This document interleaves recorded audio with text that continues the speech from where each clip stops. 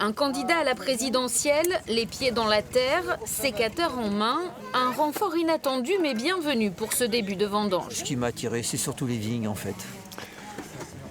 Et puis peut-être l'occasion de faire connaissance d'un candidat que je trouve intéressant. Philippe Juvin a le contact facile, serrant des mains avec un plaisir non fin et à l'aise autour d'un casse-croûte, comme un ancien illustre président corrézien.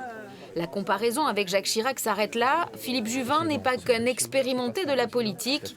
Ancien officier de réserve en Afghanistan, il est aujourd'hui chef du service des urgences à l'hôpital Pompidou. J'ai un parcours personnel qui n'est pas le parcours des autres, mais c'est un parcours personnel qui m'a permis de découvrir ce qu'était la France, les Français.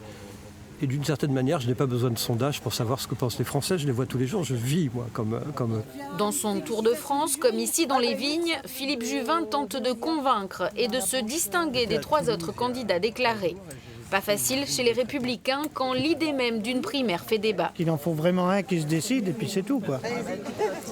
Là, aujourd'hui, c'est mal embarqué. Personne ne se détache, mais parce qu'on n'a que des bons. Donc il faut choisir le meilleur des bons et il y a un moment, il faudra trouver une solution. Comme les vendanges, les visites des candidats LR en région devraient se poursuivre durant tout le mois, au moins jusqu'au 25 septembre, date à laquelle cette primaire sera confirmée ou tout simplement abandonnée.